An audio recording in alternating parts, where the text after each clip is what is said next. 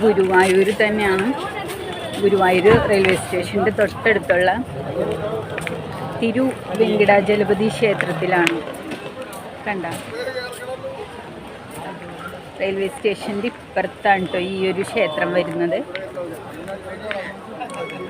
അപ്പോൾ ഇവിടുത്തെ ഉത്സവമാണ്. ഞാൻ ഗുരുവായൂർ വന്നതാണ്. അപ്പം ഇത് മകരച്ചൊവ്വയല്ലേ, ഗംഭീര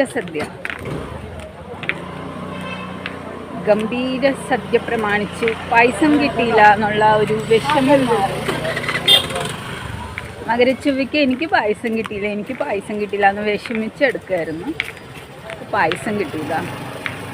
കാണാൻ പറ്റുന്നുണ്ടോ?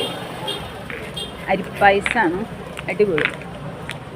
ഒരു ഗ്ലാസ് നേരത്തെ കുടിച്ചു. കണ്ട, തിരുവെങ്കിടാചലപതി ക്ഷേത്രമാണ്.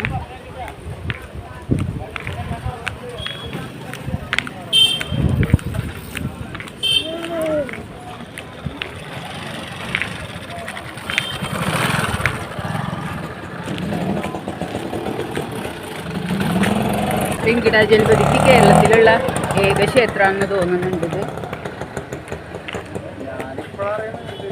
അപ്പം എല്ലാവർക്കും ടാറ്റാ. ഗുരുവായൂരമ്പലത്തിൽ നിന്ന് വരുന്ന വഴിയാണ്. അപ്പം ഇവിടെ കയറി സദ്യ ഉണ്ട്.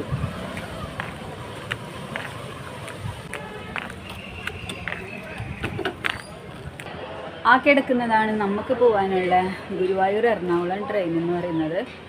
അപ്പോൾ ഇനി വെങ്കിടാചലപതിയുടെ ക്ഷേത്രം കാണണ്ടേ നിങ്ങൾക്ക്? ഇതാ കണ്ട, ആ മരത്തിൻ്റെ ഉള്ളിൽ കൂടെ നോക്ക്.